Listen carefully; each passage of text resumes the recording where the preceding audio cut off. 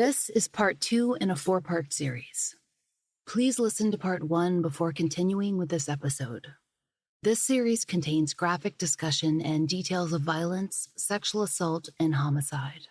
There's also one instance of misgendering. Listener discretion is strongly advised. Portraits and forensic sketches of unidentified victims and unmatched confessions will be shared on our social media. So please, take a moment to review the images and see if you can help identify the victims.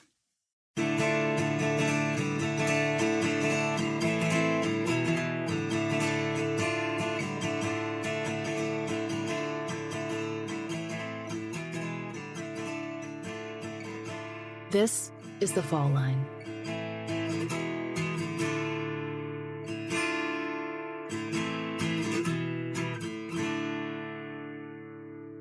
The following audio clips are excerpts from a press conference held by authorities in Fort Myers, Florida in October 2019. Fort Myers investigators had just learned that Samuel Little confessed to killing a woman in their town in 1984. Little stated in approximately 1984 he killed a black female, 5'6" in height, with brown skin, and she weighed approximately 130 to 140 pounds. He stated that Jean, whose real name is Aurelia Jean Dorsey, used to sell clothing to the woman's family. Little stated he drove the woman to an island in the road, a wooded tract of land near some railroad tracks. He strangled her to death and left her in the grass island in short grass. He stated the area was just outside of the city limits. When myself and Detective Dan Lasapio interviewed Little, he provided us with additional details, and I'd like to share them with you all today. Little recalled that it was summertime. He indicated that Jean knew the victim's family well and that they shared meals with the victim's family at least once or twice, and that she was approximately 26 years of age. He remembered that the victim lived down the street from a liquor store where he picked her up, and that it was possibly off Immokalee Road or Immokalee Street. The victim lived with her mother and possibly other people, family members. Again, he recalled that she went into his vehicle in front of a liquor store on Immokalee Street or road. He does recall that it was a main street. At the time, he may have been driving a yellow 1978 Eldorado that he bought at a pawnbroker in Fort Myers, or he may have been driving a black Thunderbird. At the time, him and Jean were staying at a hotel near the downtown area of Fort Myers. In August of 2019, while at a homicide conference in Texas, Texas Ranger James Holland advised me that Samuel Little had recently produced drawings of the Fort Myers victim. Within a few days, I had those drawings in my possession, and I immediately dispersed them to our medical examiner's office, the state attorney's office, and surrounding agencies. Keep in mind that although the photographs don't look like much, Samuel Little, according to Texas Ranger Holland, does pull details of the victims and puts them in these drawings. And you can see that for yourself if you look at his past drawings with victims that have been identified. Once you have them side by side, you can really see what he pulls out of them. While we are still working by pulling historical death investigation cases, pretty much any case involving the death of a black female from 1970 through the 1990s, we are asking for the public's assistance with identifying this Fort Myers victim. We have no reason to believe that he is lying about this. He's been truthful about the stuff that has been verified. Fort Myers is one of many towns where Samuel Little killed, and there have been a number of similar press conferences held all over the United States, all since the confessions of Little began. Nearly 1/3 of those cases remain unconfirmed, without a victim to match Little's descriptions, which he illustrates from memory. California and Florida, they saw the worst of his violence, but they're also the states instrumental in his identifications. And it was in Florida that Records Chief Linda Brown would find files to connect him to unsolved cases throughout the Southeast. And so, they were able to close some of those Florida cases. But that closing, it doesn't necessarily equal closure. Not for the victims' families. Perhaps not for the investigators either. The best we can hope for is resolution. For some families, that came after Little's conviction in those 3 Los Angeles cases, when Texas Ranger James Holland first got the killer to really talk. No one knows precisely how long Samuel Little lived in Florida, but CBS Miami reported that he held a few jobs in the state, including trucking and working with the sanitation department. He lived in Coconut Grove at some point. He was in Miami at others. He spent a lot of time in the Everglades, riding Alligator Alley from city to city. That's where we start, on US 27, between Miami and the Everglades. That's where Mary Brosley's body was discovered, back in 1971. Mary Brosley was 33. According to the Sun-Sentinel, she was originally from Boston. In fact, she was missing from Massachusetts. She'd been reported as such back in June of 1970. The Sentinel reported that she'd left Boston after a confrontation with her family, who were worried about her drinking problem. By the end of December 1970, Mary had been traveling a long time. When she met Samuel Little at a bar in North Miami, she decided to join him, to ring in the new year. Why did Samuel Little pick Mary Brosley? Why did he start killing? As far as we know, only one author has gotten those details out of him and published a story about it. Author Jillian Lauren, who will eventually be releasing a book on Samuel Little, interviewed him while he was in prison. When they spoke about Mary Brosley, this is what he told her. Quote, "She was a big old blonde, round about the turn of the new year, 1969 to 1970, Miami, Coconut Grove. She was a hoe, a prostitute. She was sitting at a restaurant booth, red leather, real nice. She crossed them big legs in her fishnet stockings and touched her neck. It was my sign, from God." End quote. He drove her out to a deserted area. According to what investigators told CBS Miami, quote, "We believe he choked her to death. He said he only partially buried her because the ground was too hard." That might be when Little decided that the Everglades would make the best killing ground. Hard soil or not, it would be another 3 weeks until her body was discovered. Per the Miami Herald, Mary was partially buried in a shallow grave in North Dade County. Her remains were discovered by a father and son who'd gone on a hunting trip. The Sentinel reports that Mary Brosley was not identified until 2017, when a match was made via dental records. Her killer would not be known until 2018, when Samuel Little met with Miami-Dade detectives. Resolution, but not closure. In April of 1971, a little over 3 months after Mary Brosley was killed, another woman's body was found in South Dade County. According to the Miami Herald, she'd been dead 5 to 12 weeks before, quote, "a mosquito control crew came upon her body in a shallow grave." We found this report confusing. After all, Little said that he'd only ever buried one victim in Florida. But reports of shallow graves can be inexact. A variety of situations, including natural accumulation of leaves and detritus, can mimic the look of a purposeful concealment. Or he was just lying. He's a killer. It wouldn't be surprising. The victim was in an advanced state of decay, and only some physical features were distinguishable. At the time, detectives thought she might be from Cuba. This was because of a label on her bra, Belinda brand. She also had, quote, "extensive dental work that was likely done outside the United States." The Herald reported that the type of fillings in her teeth indicated as much. The woman was described as between 25 and 35 years old, though NamUs estimates skew younger, from 18 to 25.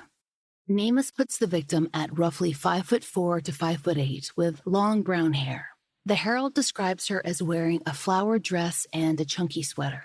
NamUs notes that the victim had a fusing of the neck vertebra that may have affected her ability to turn her head and may have caused her to stoop.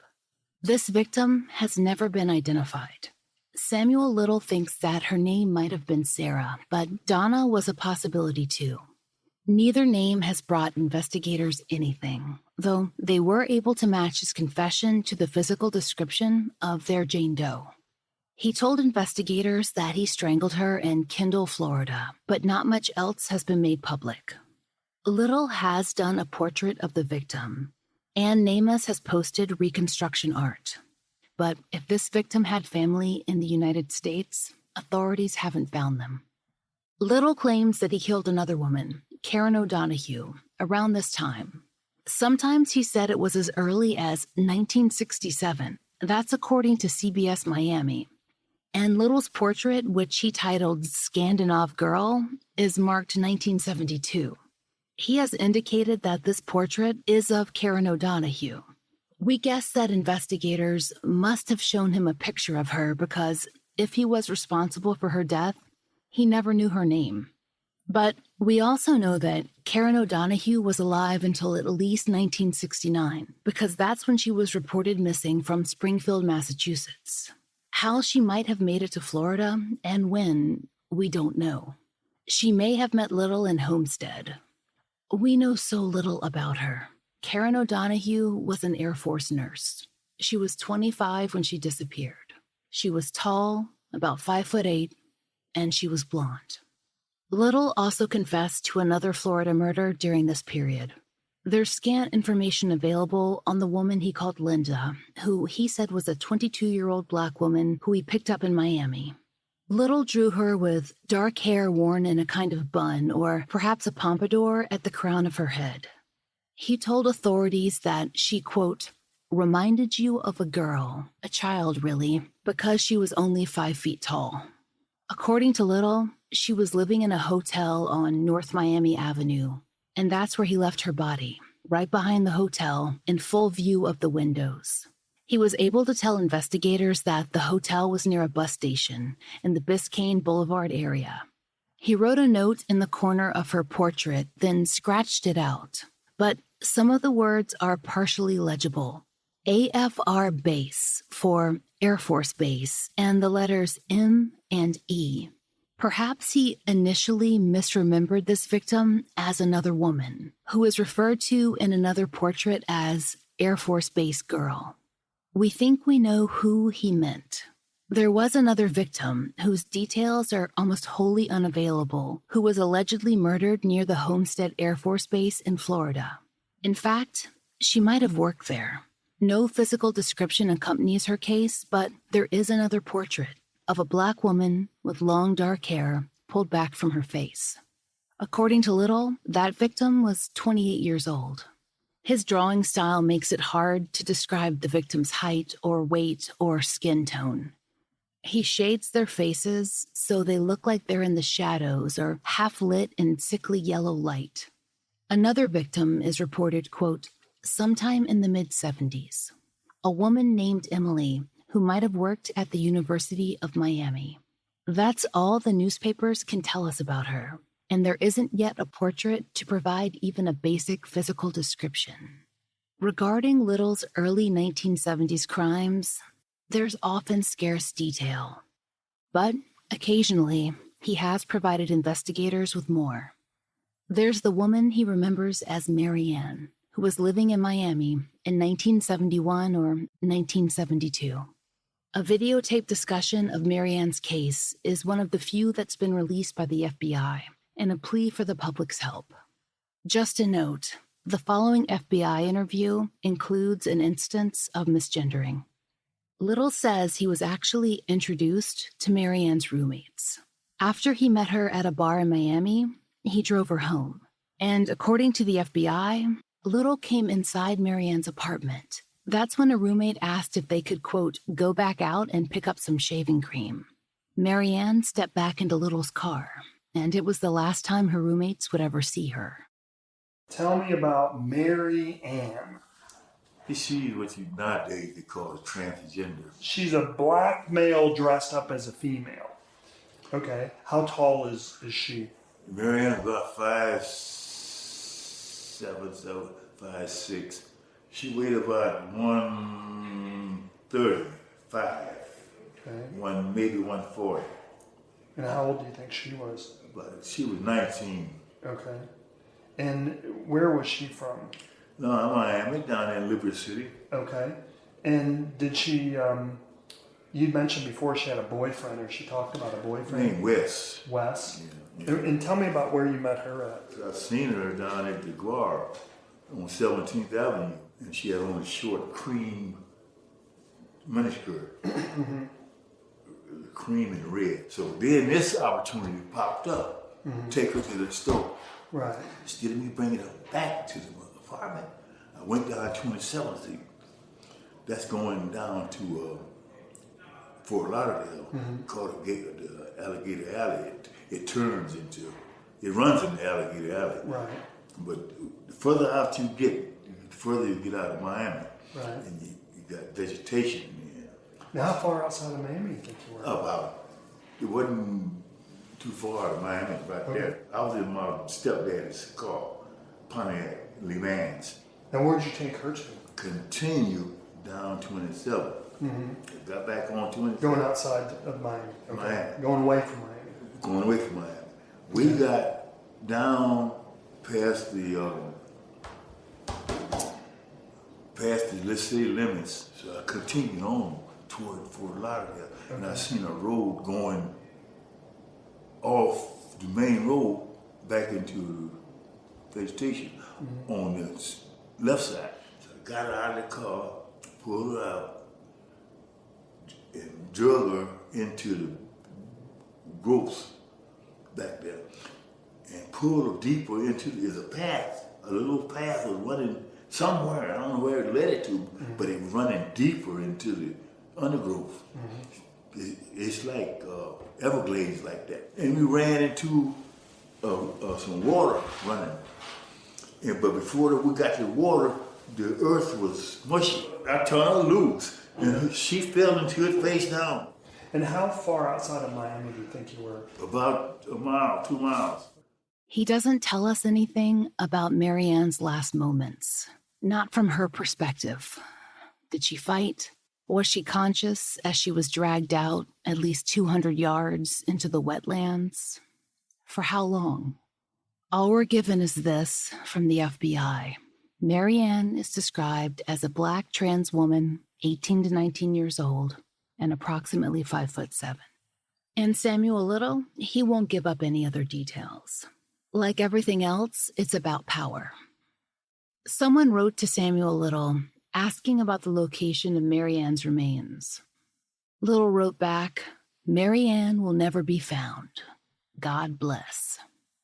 But Marianne had friends and roommates living together somewhere between Brownsville and Liberty City in Florida. Was she reported missing? If so, that file is gone. Perhaps her friends didn't feel safe enough to contact the police.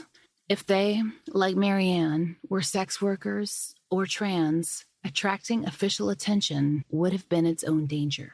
In the summer of 1971 or 1972, Samuel Little drove away from the Florida Everglades without incident. What happened to the woman he called Air Force Base Girl, the woman he thinks was named Linda? Where did he hide Marianne? We don't know. Perhaps their remains are in the Everglades, still are. All told, there's over 1 million acres of land there. Even if we narrowed down the search parameters to areas just along the routes and highways, there would be incredible amounts of ground to cover, and maybe they're not there at all. In a few cases throughout the U.S., investigators have theorized that a few of Little's victims actually survived and fled the scene when they were able to move. More likely, though, these women were lost to the wetlands and to the animals that lived there. The alligators, the smaller predators, even the fish, the turtles, they make short work of everything. If these women were ever reported missing, investigators haven't been able to match their portraits to names. If Samuel Little left Florida in 1972, if we trust his reckoning, he killed 6 women in the Sunshine State in less than 2 years. Then he headed north.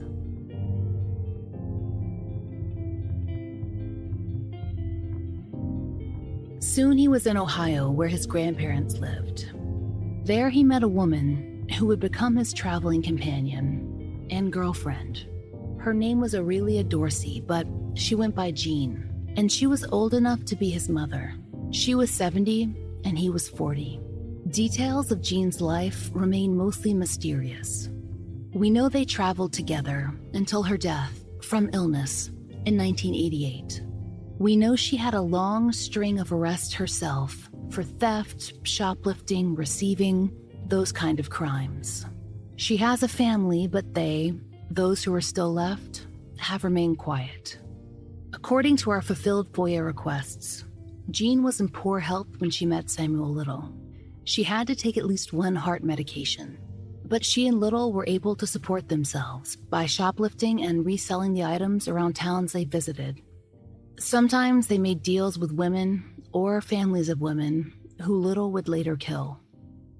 No one ever described Jean as having participated in a murder, and there were a few survivors who might have been able to speak about her. But according to a teenager who traveled with Little and Dorsey later in the early 1980s, Jean didn't ask any questions either. The mid-1970s saw Samuel Little all over the map. In fact, from 1972 until 1976, Samuel Little stayed on the road, except for some short stints in jail. He was arrested many times in many states for rape, for theft, DUI, but rarely in prison for any significant length of time. And he was killing in Nebraska, Maryland, Louisiana, Arizona, Tennessee. But Miami seemed to call to him. Next to Los Angeles, it was the city where he most often killed. He would drive south again and again. Florida still has plenty of wilderness, and some investigators have theorized that it was the Everglades that drew Little, though they haven't asked him. In fact, in an interview with Miami-Dade investigator David DeMarc, CBS Miami reported that detectives weren't allowed to ask Little about his motives. Quote, "The detectives were cautioned that it might make Little stop confessing."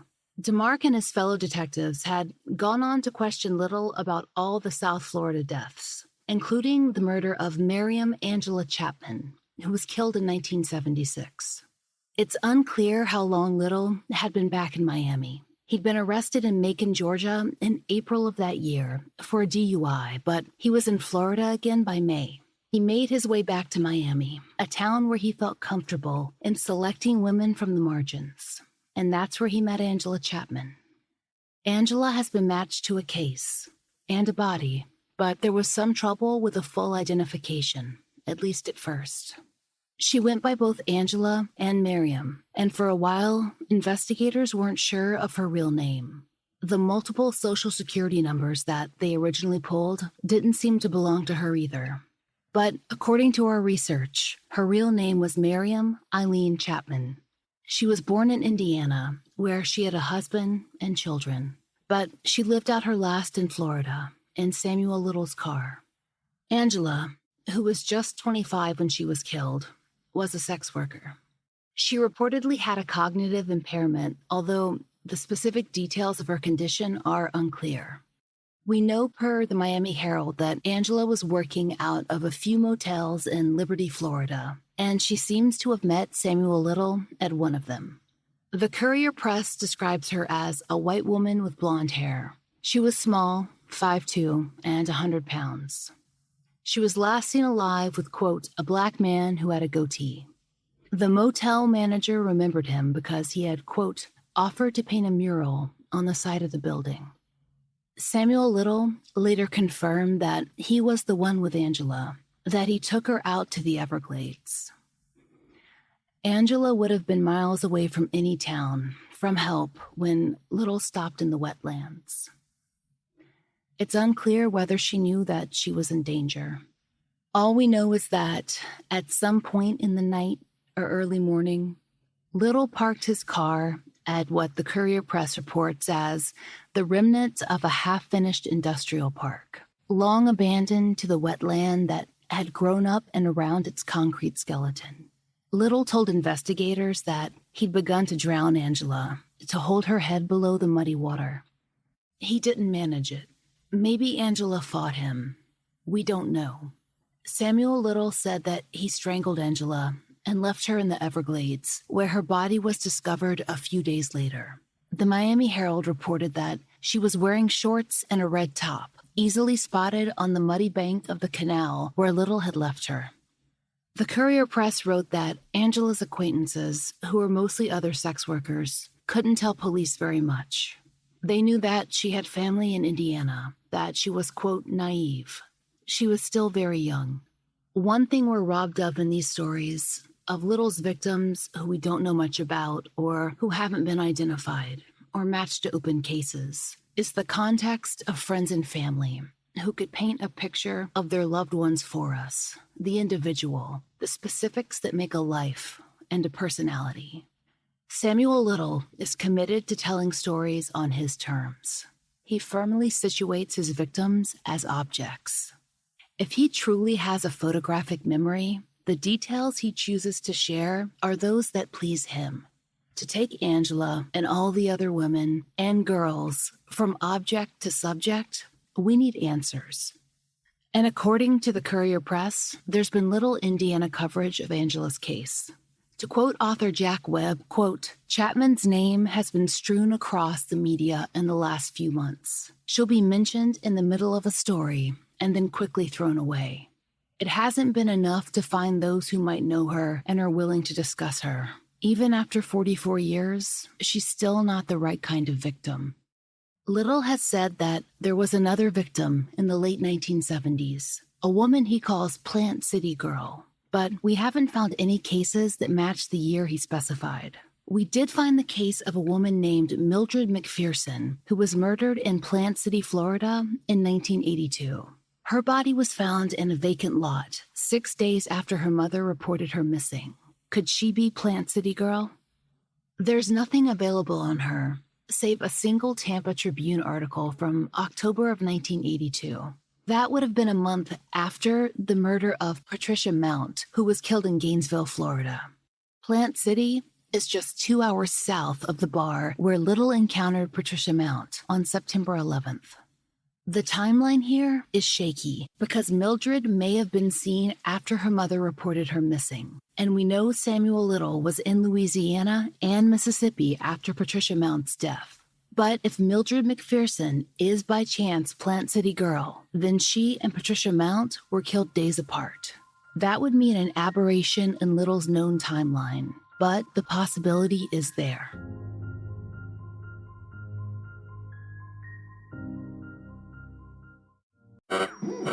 We interrupt this program to bring you an important Wayfair message. Wayfair's got style tips for every home. This is Styles McKenzie helping you make those rooms sing. Today's style tip. When it comes to making a statement, treat bold patterns like neutrals. Go wild, like an untamed animal print area rug under a rustic farmhouse table from Wayfair.com. Arr, fierce. This has been your Wayfair style tip to keep those interiors superior. Wayfair, every style, every home. Between 1976 and 1982, Samuel Little and Jean Dorsey stayed on the move, crisscrossing the Southeast and heading up as far north as Ohio. According to the teenager who spent time with them on a leg of their journey, they weren't an affectionate couple. They argued, and Little could be abusive. And that teenager reported that Dorsey didn't drive much. She claimed bad eyesight, but she was along for the ride. And during this period, Little committed as many as 30 murders. At this time, there were 3 survivors of his attacks, too. 2 of those women would later take the stand against him, decades after the fact.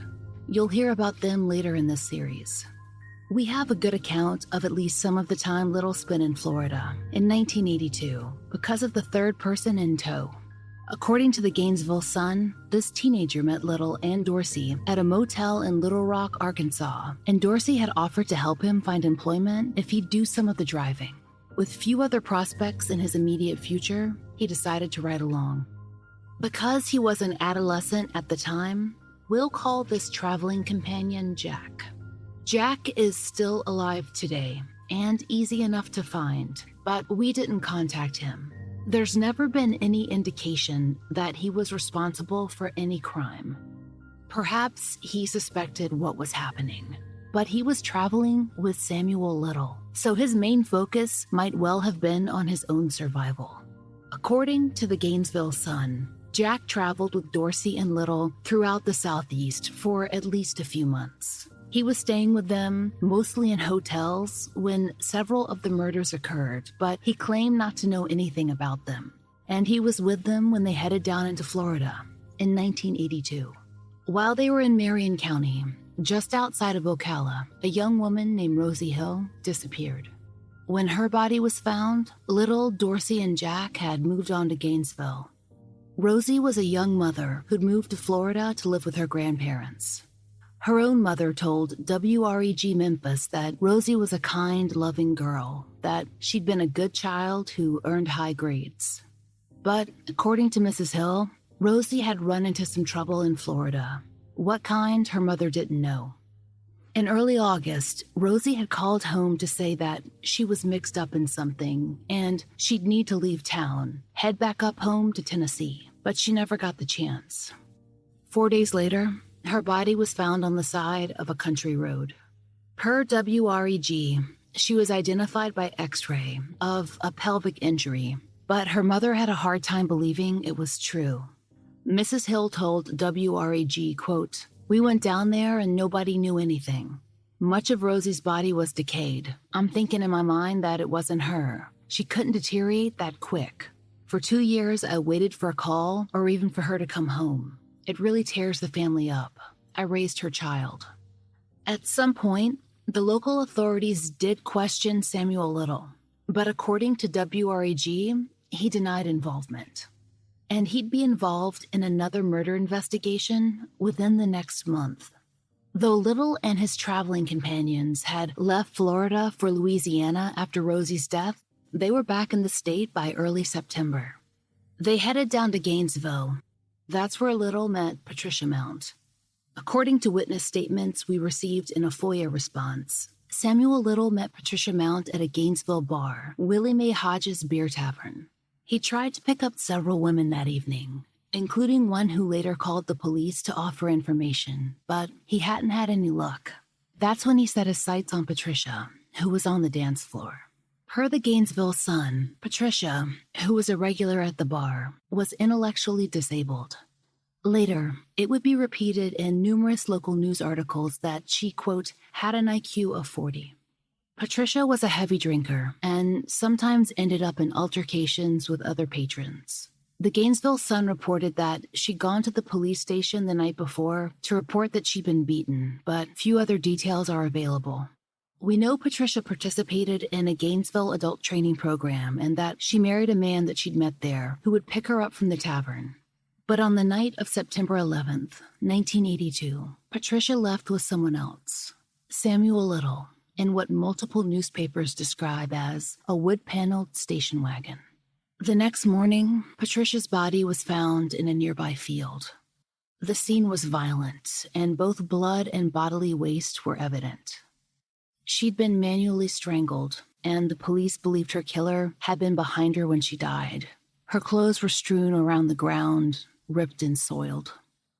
As for Samuel Little, who was going by Sam McDowell that trip, he'd gone back to the motel where Jean and Jack waited. But he hadn't slipped in and out of town without notice. Not this time. Witnesses remembered him, and the information was shared with county investigators. They began to look into this Sam McDowell. The Gainesville Sun reported that when Linda Brown, the records office chief we interviewed last episode, found the Samuel Little / Sam McDowell files, she also discovered something else. Way back in 1983, authorities suspected that Little had murdered many more women than Patricia Mount. Quote, "The file also contained a letter to the county sheriff's office sent to the Little Rock, Arkansas Police Department, asking for help in locating a witness known to have traveled with Little around the time. In that 1983 letter, investigators indicated Little could have been involved in the murder of about 60 women throughout the United States. What was done with that information? We wish we could tell you. At some point in the early 1980s, Jack was interviewed. We have the tape. The witness, Jack, was questioned in regards to Patricia Mount's murder and other homicides in Florida. In the following section, there's discussion of the stains in Little's car, which appeared after the night Mount was killed. Jack remembered specifically because of the strong odor in the vehicle. You'll hear detectives questioning Jack about the deaths of Rosie Hill and Patricia Mount, though they don't mention either by name. The following tape is over 30 years old, so the sound quality isn't high. If you have any difficulty understanding the following exchange, you can read a transcript on our website. Check the show notes for a link. Also, there's frank discussion of rape. Please skip ahead roughly 9 minutes if you want to avoid this portion of the interview. Did she ever, or did Sam ever go to a pawn shop? No. Never went to a pawn shop. What they do with jewelry? Said it, On the street? Go to the people she knew. Why did Aurelia or Miss Dorsey go to the hospital while she was in Ocala? She said she had to go get some pills for her heart and blood pressure. Did she ever have heart and blood pressure problems, did she say? He kept, she lied a lot because one night he was at the motel, ain't got no name to it.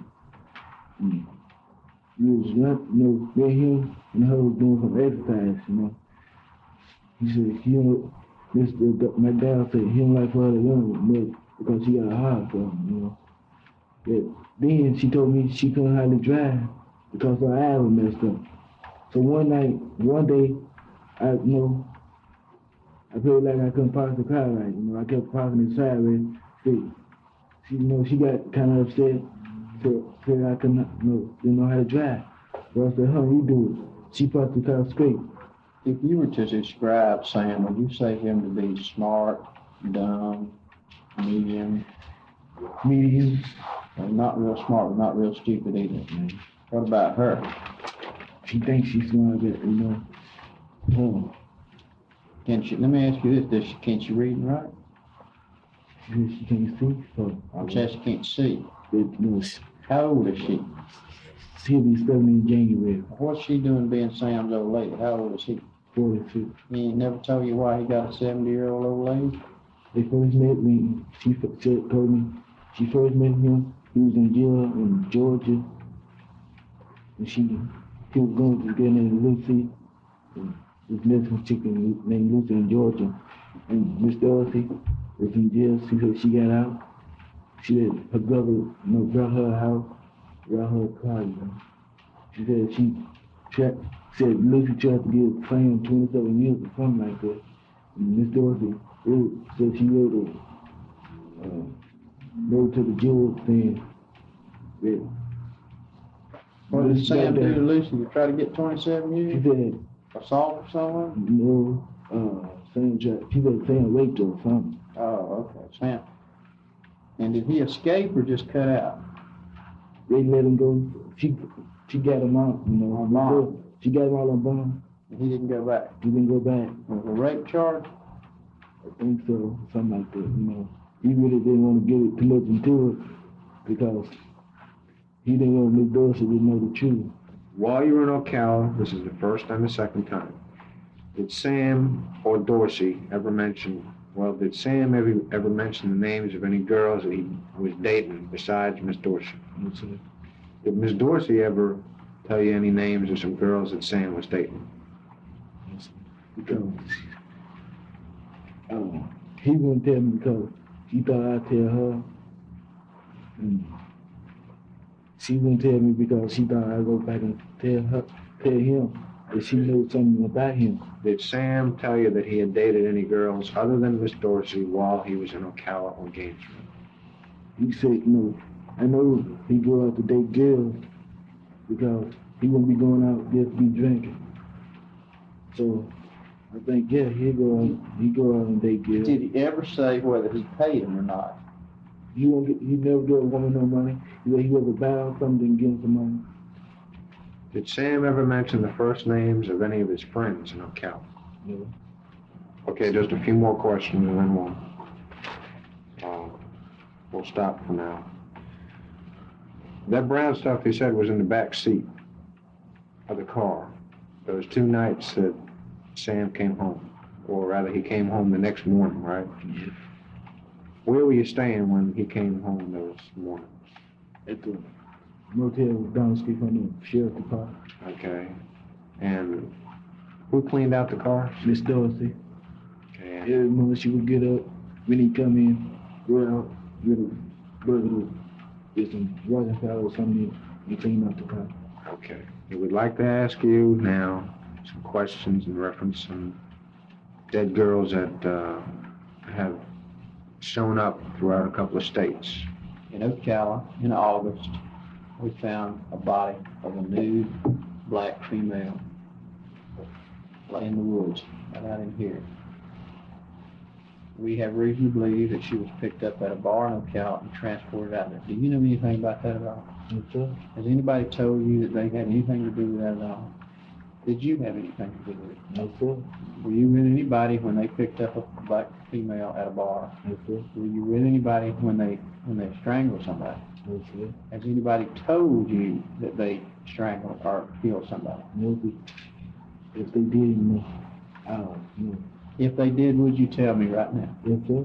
Okay, very good. Okay. Do you know anything about another girl that was found? This is a white girl. She was found up in Gainesville on September the 12th. Okay.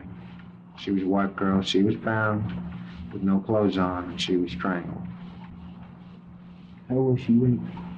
Excuse me? Was she raped or anything? I don't know if she was raped. Why would that matter? Because, I mean, you know, when said with me, they say Mr. McDowell been coming here for years to the Pasadena village. They say he raped about 6, 7 girls, prostitutes. They say he raped them from behind. They say he left scratches all in their face and on their neck. And, you know, he said he gonna get some money, you know, because he's from Mobile because of Pinto had Alabama tax. He told you that the guy in the cell with you? Yes, he knew all the girls that, you know, did that happened to him. Do you know anything about this at all personally, though? No, sir.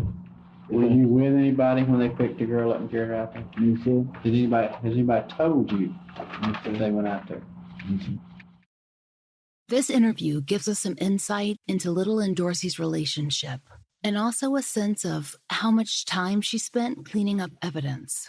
Other news outlets have described their relationship as at least emotionally abusive, but there's not a lot of detail there. Cleveland Magazine reported that Little often said that Dorsey was, quote, nothing to look at, but that they stayed together until her death in 1988. She died of a brain hemorrhage while the pair were in Los Angeles. What did Jean Dorsey think about Little? What did she suspect that he'd done? So far, no one knows. Or if they do, they're not telling.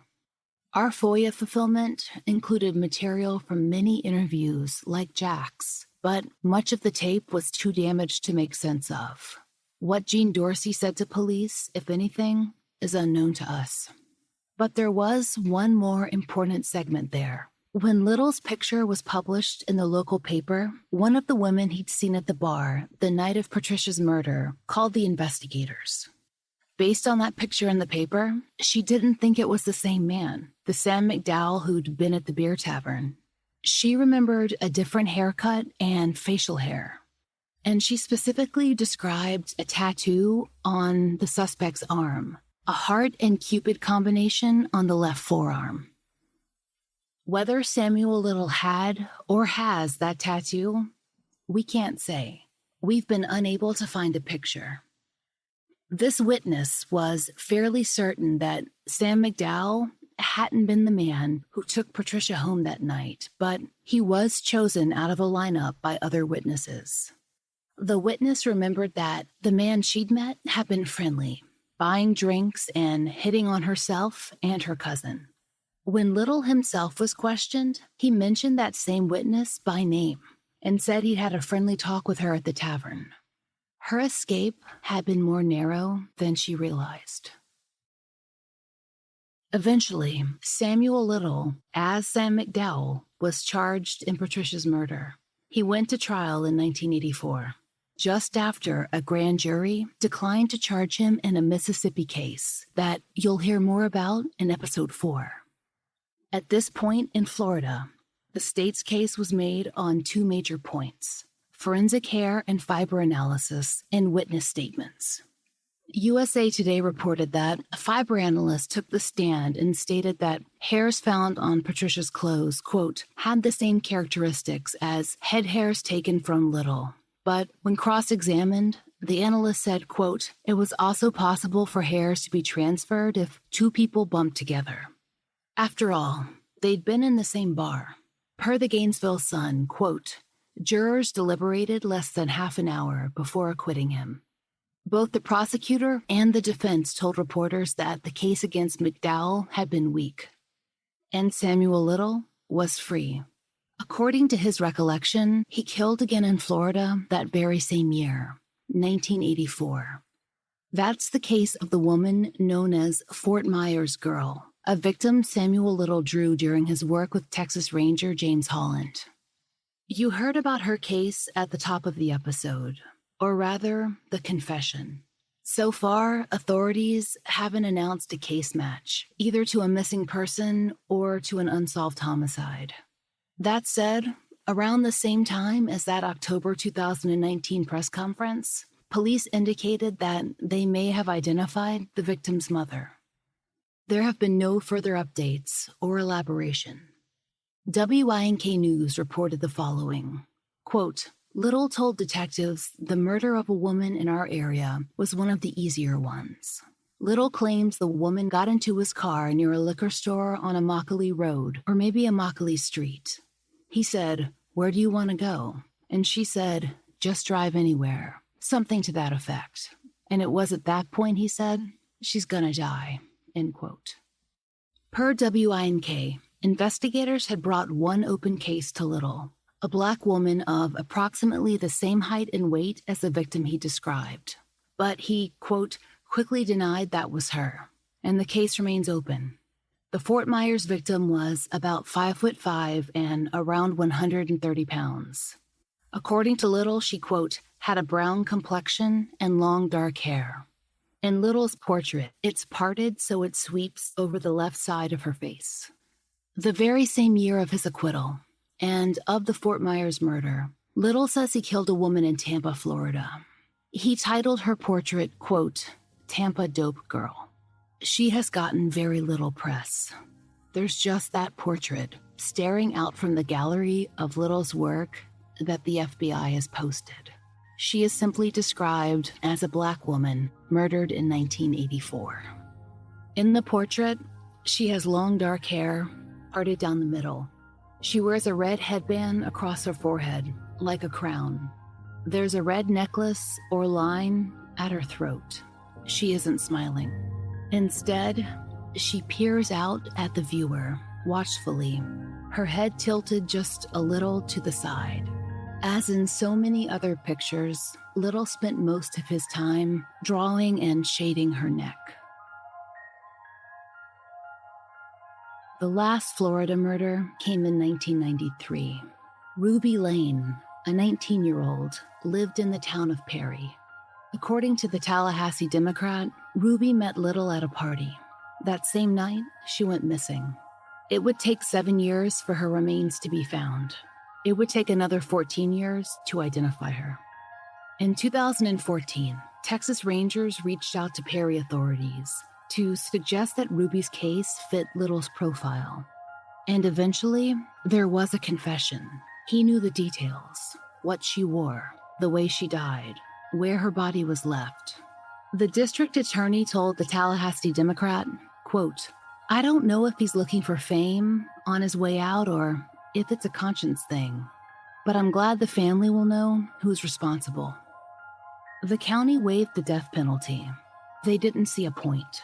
Ruby Lane's family had answers. Her name appeared in a few articles. Her school picture was printed in the paper. She looked so serious in it, looking out without a smile into the eyes of the viewer. At least it's not one of his drawings. Next time on the Fall Line, we head across the South, where a number of unmatched confessions and unidentified persons cases still wait to be resolved. You'll hear more of Little's FBI tapes and from the Georgia Task Force who are helping to close that state's cases. If you have information regarding the unsolved cases we've covered today, please call 1-800-FBI-TIPS. If you would like to speak to a counselor regarding sexual assault, you can call RAIN at call 800-656-HOPE or 4673 to be connected with a provider in your area. You can review the portraits and forensic sketches on our Instagram account. Just search Fall Line Podcast. We'd like to thank all the listeners who've taken time to support our sponsors, leave us reviews, and support our show directly on Patreon. We couldn't do it without you. Special thanks to Angie Dodd. Special thanks also to research assistant Brian Waters, who also served as fact checker for this series. The Fall Line is created by Laura Norton and Brooke Hargrove and is produced and engineered by Maura Curry. Written, researched, and hosted by Laura Norton, with interviews by Brooke Hargrove. Research assistants are Kim Fritz, Lex Weathers, and Brian Waters. Additional research by Haley Gray, Jessica Ann, and Lexi Newhouse. Content advisors are Brandy C. Williams, Vic Kennedy, and Liv Fallon. Theme music is by RJR. Our current monthly donation is going to the Sovereign Bodies Institute. Please check our website for other organizations we donate to and which could use your support.